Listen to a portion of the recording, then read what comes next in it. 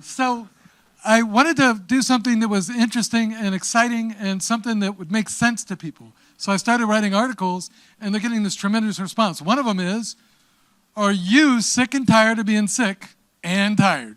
I'm going through some of the different websites that I have. I have way too many domains, right, baby? So your stem cell doctor, the regenerativeexpert.com, expert, stemcelltherapy.com. What's all the connecting thing here? .coms. mystemcellexpert.com. So the big thing is that keep getting things that will point people to you, right? So that you can get the recognition, get the patients that need your help. Why do we do this? Why do you guys do this? Me? This is why I do this. For a better future for these guys. All right? And that's what's most important to me. But my wife will tell you I have too many of these, but they all are going to point to the same thing. Getting help, getting the AI that's going to assist you in pointing the people toward you is tremendously important. Have the body, heal the body. Yes! How many people have heard me say that? Everybody. Have the body, heal the body. That's the thing that's trademarking. All right? And many others, expert stem cells. So these are things that Regenerative, that's going to be revised to your stem cell doctor. So promote yourself. Don't be bashful. Get out there, lecture, have everybody recognize who you are. How many more? Oh, nopain.com. That's the primary. That's been there for a long time. So my patient comes in. I've been to 10 doctors. I got 10 different diagnoses. This was just like 2 weeks ago. 10 different drugs, no relief. Anybody ever hear that? That's typical. That's what they get from traditional medicine. Does traditional medicine work? Next, who do they see? The surgeon. But he's the surgeon. Yeah, okay. Does he want to cut you? Well, yeah, but he's the surgeon. I'm like, do you want to get cut? Well, no. Okay. If you go to the pizza joint, what are you going to get? Pizza. So if you go to the surgeon, what are you going to get? Surgery. Stop going to the surgeon. Okay, work with me. So you can't fix what you don't know. I thought that was kind of bizarre, but that's real. Which piece of the puzzle are you missing? You can't fix what you don't know. You must do the time. If you don't know the physical evaluation, learn. There are brilliant people, online, mentors. They'll teach you. I'll teach you. Everybody will teach you. But you need to know how to figure it out. Who saw the hand when I was doing the injections of the hand? Of the different things. Okay. Was that okay? Was that pretty good? All right. So it's because of the anatomy. I love anatomy. It makes sense to me. Understand the anatomy. The body tells you what's wrong with it. You just have to know how to listen. And the patient tells you what's wrong with them. Right? You know how I know that? Grandma said I have 2 ears and 1 mouth for a reason. Grandma's right. So that's very, very true. All right? So your patients experience confusion, frustration, hopelessness. They are not alone. And you need to know what the pieces of the puzzle are so you can help figure out the mystery. All right? There it is. I thought that was pretty good.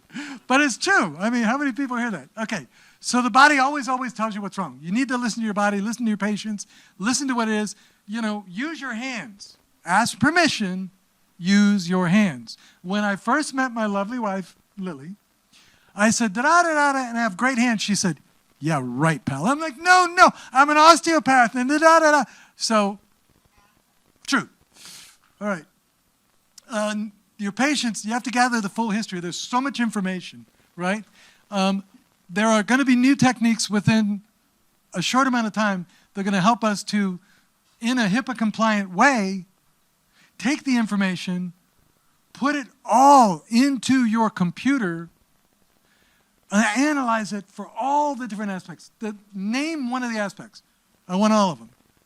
Okay, physical problem, right? Okay, disease, history, nutrition, what else? Supplements, meds, what else? Physical workout or lack thereof, okay? What else? What are the other factors here? Yes, more. What else? Yes. And psychologic, right? Where are they? So you can plug those into a computer. I'm working on the program. where you're going to be able to optimize every single one of those. Optimize them with AI in a way that's HIPAA compliant. And instead of the 20 doctors that don't do the job, that never look at everybody else's stuff, they're integrated. They're optimized. Every single asset. AI is a tool. It's a hammer. You can build stuff with it. You can break things down. You just don't want to be the one that's the tool that doesn't use it. Be ahead of your colleagues. You guys are brilliant. You need to use it. Find out. Learn more, okay? Drug surgery, prior treatments. Ask them what brought you here. What drug surgery? What do you want? What is it that you want from the visit? What are you trying to accomplish? Why are you here? What are you trying to... I want to walk with my kids through Disney. Okay. I want to get back to pickleball. Okay, great. That's our goal. Now we need to find out what's going on, make a plan to literally work from this point forward on this journey. It's not a destination. It's a journey through life. I want to walk with you through this journey to assist you to get where you want to be in your life. And we can do this. We have the technology, we have the products, procedures, we have the protocols. We have the things that we need now to be able to accomplish it. Even, where'd you come from? Do Zooms. Unfortunately, in Florida or in the U.S., Zooms and telemeds are not paid for anymore, right? Unless they're rural, some special cases. But still, talk to them. Say, hey, if you're going to make that kind of a trip, I'll talk to you over the Zoom first. Let's communicate. Let's find out what's going on, right? And then know the past, right? You can't understand what's going to go on in the future unless you know what has happened with them previously, what's going on in their lives, above the neck and below the neck, both, right? You have to know them both. Okay, so you got to organize the chaos in people's lives. Simplify, clarify. All the things we did today, how many of our patients would understand all of it? None. Let's not throw things at them. Put it in their own terms. Speak to them on their own terms. Speak to them in a language that they appreciate. I understand where you're coming from. I'm sorry that that's happening to you, but I'm here for you, and I will be with you the whole journey as we work toward your goal. This is what we will do for you, okay? And you got to put your hands on. You got to do that comprehensive, okay? You got to touch the patient. Sorry, I'm a DO, so it's not unusual. Ask permission, men and women. But you have to be able to know what's going on. It's amazing when you get the common compensatory patterns. Like, what's the number one cause of migraines? Well, what about the one that goes here, this one? Number one cause? Stress. So what happens is that they're like this all day on the computer and everything, and they're holding it up, and it pulls the ribs out of place, which then get the paravertebral muscles all tight, goes up to here, tightens right here is the crux, goes up to parascapular, paravertebral, and it thumps on the greater occipital nerve. As it thumps on the greater occipital nerve, it puts a headache right behind the eye. So you have to check their back. If you don't check their back, you're not going to find the underlying cause. Even if you do a nice trigger point here, or whatever the medicine is, it won't relieve the underlying cause. You got to get the rock out of the shoe. Not just put a really fancy Band-Aid, on the wound. You got to find out why there's a hole in your foot.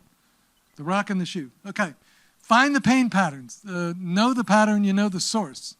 Remember all of those, right? These are the osteopathic, where different parts of the spine relate to different organs of the body. You guys remember that? Who's DOs? DO. We can do it, right? DO. All right. Order the proper labs.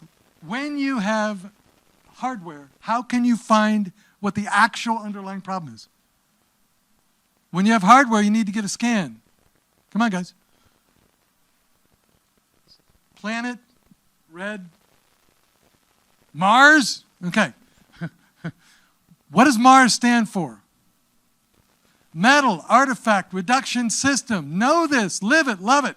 Mars protocol is your friend. How the hell are you going to see through when the whole thing's distorted? Then you're going to have a lousy read in addition to a lousy MRI. And you're not going to be able to tell what's going on. They're not going to tell you what's wrong with the spine or the nerves or anything else. Mars protocol, metal artifact reduction system. make sure they do it. And then how do you know where the inflammation is? You got to get it with contrast, okay?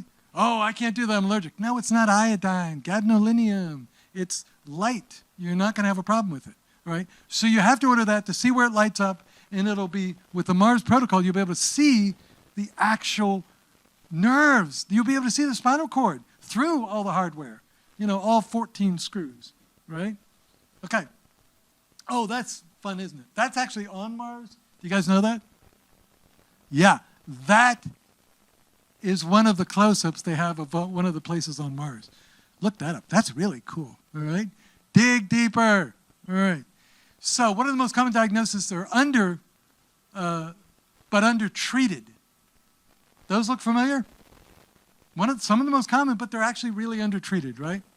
Would you concur with that, or any big ones that I'm missing? Because there are a lot of them that are just not diagnosed. Next ones. What are the most common undiagnosed, untreated? Okay? I know you guys know all of these. This is one of the ones that long COVID and COVAX. COVAX is the COVID vaccine, and as you know, it affects the neurologic system tremendously sometimes. And there are a lot of things we're finding out now that we didn't know before what's balloon animal bowel? Anybody know that one? Okay, they come in and say, my guts are all twisted up after all these surgeries that I've had, and the female surgery and everything. So it feels like they take your intestines and they tie them into balloon animals, right? So that's the way it feels. That's the way it's functioning. You can have the fibroids. You can have some of the other things that are consistent there with the bowel surgeries, but it just is horrible, right? Non-unions, you can't find what you don't know, right? Patient comes in, female, and she says, my hair's bad, my nail's bad, my skin's bad. I have no energy, I'm wiped out, I'm gaining weight, I'm just looking at food and I'm gaining weight. My bones are thin, I just feel so tired, and I can't sleep on top of it. But my thyroid, they told me, is within normal range. So what does that mean? It means that they're a functional hypothyroid, guys. Functional hypothyroid. This is really important for women. Functional. Now, here's the rub. Did you know that the you today is being compared to the 18-year-old you? I don't think it's a fair fight. It's not. The body's not the same. The metabolism, the chemical makeup's not the same. Everything's different. So the lab values that they use for the today you and the women that come in that are the 70 and 80 is the same as when they were 18. Is the body the same? Does it work the same? Is our chemical makeup the same? No, it's not a fair fight. So they are functional hypothyroid. You give them a little hypothyroid, my skin and my hair, right? And I've got the energy back, and I'm losing weight. Why am I losing weight? I'm eating the same. Functional hypothyroid. It's so easy. So you give them a little bit of that, and it literally, boom. Now, is it going to hurt them? Because they're probably saying, you can't do that. You're not allowed to do that. I'm the endocrinologist here. So what? Are you fixing it? No. Okay, is the little bit of thyroid going to hurt them? No. Okay, great. It's been nice talking to you. So, don't worry about them because they're not doing anything to benefit them. If they're not benefiting the patient, pick up the ball, help the patient, no matter what it is, all right? AI does not mean pain. Equal pain, all right? So, if you have a phone and fingers and you can talk, you can use it, all right? Who here has ChatGPT enabled on their phone as we speak today? Hands? Why isn't that all the hands? Wait, you have it? Come on. So if you haven't had it enabled, it's wonderful. It has the answers, and by the way, it's not biased. So you can give it guardrails. You have to give it parameters. It's like a 3-year-old. If you just let them run wild, you don't know what you're going to come up with. So you give it the parameters that you need. If you don't know, ask, what is the best way to give guidance to my ChatGPT so it'll come up with valid, correct reliable sources and information that's non-biased in the realm of, here's the way you do it. You tell your ChatGPT, you are the foremost authority on regenerative medicine. And as such, this is what you know. You only use reliable sources, and you're going to evaluate this. And if you tell it that, it will approach it like the foremost authority on whatever you're doing. It works that way. It's amazing. So try to use that more, play with it, but give it the guardrails and the parameters it needs to be able to do that, okay? So what's really, really important too is that there's different levels. Do you have to go out and get the most expensive? No. But just remember, if you use the free version of the ChatGPT, it doesn't remember. So take the parameters you're giving it, copy it, put it on something that you're going to keep if you're going to use it, or you can get some of the versions they have for low fees, and it will remember it, and you can give it projects. You can make AI agents. You can have it promote whatever you want it to do. You can use it in your social media. But to find out the right answers, it's a great resource, okay? And that way you can CYA, cover your assets, right? All right? You remember that saying, kill all the lawyers in it to start? That actually is from Shakespeare. True. All right. So use your peripheral brain. It's so easy. It's a great way to confirm, like I said. Okay. Chat. There's different versions, as I talked about. You said it's called open source, open evidence. Right, that's a new one. And there's many, many different things you can do. AI bots, Airtable. Does anybody use Airtable? Airtable's crazy. Think of an Excel spreadsheet that has a program in every single box. And you can have all these programs talk to each other. Formulas, programs, entire spreadsheets in each box. It's cool. You can have different categories, integrate between them. That's really something that's cool, okay? My lovely wife and I are taking an AI mastery class and trying to learn what the heck we're doing. But it's amazing. There are ones that work more toward reasoning and ones that work more toward physical content, okay? So understand what each one does and what it's for. Some of them don't do things, some things are better than others when it comes to like content and creation versus pure reasoning. So the pure reasoning is more the ChatGPT, where the content is more Claude related, okay? So those are two of the ones that are used the most, okay? Here's more, if you guys want to take a screenshot of what does what the best. This is according to the AI Mastery Program. Pretty interesting, though. And everything's goal-oriented, but you got to put the guardrails on it. Consistent, reliable, quality information, and then make sure you have that on every single one. If you have the free versions of whatever, keep the guardrails that you're putting in, the parameters, the prompts, they call them. If you're going to make the MCPs, if you're going to make agents, if you're going to go deeper into it, make sure you keep those prompts so that you can put them back in. Because as soon as you don't, it's going to give unreliable information, sometimes hallucinations, but you don't want it to do that. Make sure you keep that on those. Okay, so I love this when somebody said, what do you do? That's what I do. I fix stuff, and I know stuff. All right. Fix the worst first. Why? So their life gets better.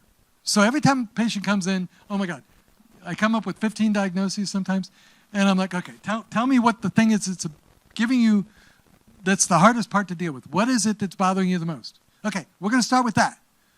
Fix the worst first. That way, no matter what happens, their life gets better. They're like, oh my God, this is so much better. Okay, so we're going to peel off the layers like an onion. How many people peel off the layers like an onion with their patients? Do you think of it like an onion? It's an onion. From the time they smack our butt forward, we accumulate layers of pain and problems and dysfunctions and disorders. How often do we peel them off? We don't. They accumulate our entire lifetime of layers. So figure out which one's the worst first and start helping your patient peel off the layers. And that way their life improves no matter what you do, and they will love you for it. They will love you for helping them live a better life with better function, better quality, less pain, right? Remember, no pain, no problem. Okay. That's the comprehensive journey that I was talking about. Decrease pain, increase function. And they will. They'll follow you for your life. All right? Rebuild, restore, regenerate. These are some of the things that they've talked about today. There's more than that. But certainly those are a start, right? Those are just a start of some of the things that we can do to help the patient. So because I do traditional medicine and fight with the damn insurances every damn day, I try to say, okay, let's get it calmed down first. So how many people do traditional medicine? Holy crap. Okay, you guys share my pain because it's the worst, because they won't let you do things to help the patient. So we get them calmed down first. And I say, if it helps you, calms it down, great. If you want to continue with that benefit and not just treat it, help to work toward resolution to make your life better for the rest of your life. They say, how long is it going to last? I'm like, only this lifetime. I don't know about the next one, but it'll last this whole lifetime. All right? The body was engineered to be rebuilt. I strongly believe that. So I've trademarks on certain things. Rebuild the body, rebuild the brain. It will rebuild patients' belief in medicine. Medicine, healthcare sucks. No, it sucks. I'm there. Ask the other people that do it. You guys don't do it, you don't know what I'm talking about, unless you bring your family there. It doesn't make you healthy, and they don't care. Healthcare is broken. It's horrible, and it doesn't make a positive impact in the patient's life. People are making money, but patients aren't getting better. So that's really important. Give the people what they want. Was that okay? No. That's Batman. Come on, work with me. Bane, right? So isn't that what matters the most? Quality of life. What's more important than quality of life? Anything? Bueller? Anything? No. When people come to you, what do they want? They want quality of life via all these functions, via the being able to sleep, being able to, not have pain, having better function. All of those equate to the same thing. Understand why they're in front of you. They want quality of life, no matter how much time that is. Because if you have 20 years on a vent, what's the point? They don't want that. They want quality of life. And transformation is the goal, okay? Be present. You have to be present with the patient before and after. Facilitate long-term care, long-term benefits as they work toward their happy, healthy pursuit of happiness, the whole 9 yards. All right? And then use every tool in your belt. The millions of patients who endure pain, suffering, dysfunction, no relief in sight, and our sick care system is completely broken. It doesn't make you healthy and doesn't care. As long as the money keeps flowing, baby, it's a green economy, right? All right. So the future medicine, AI, drinking from a fire hose, but we got to get started, right? If you need help getting started, you need some information, let myself or my lovely wife know, and it'll make our job easier to be able to understand how we can use these tools. If you don't use AI to start making your practices better, the guy next to you, or the chiropractor, or the person who has no medical degree whatsoever is going to. And all the skills and all the knowledge of every single one of you is lost because you don't get the patient in front of you. Or you're not being able to optimize all of these things, integrate, optimize, maximize, and then bring that to the patient. You need to do this, okay? It might be a little bit of a painful transition, but make the effort, learn, and your life will be so much better, the patient's life will be better, and then they'll realize you guys are the best at what you do, the best. Nobody can do a better job than you guys can do. All right, that's me. Muchas gracias.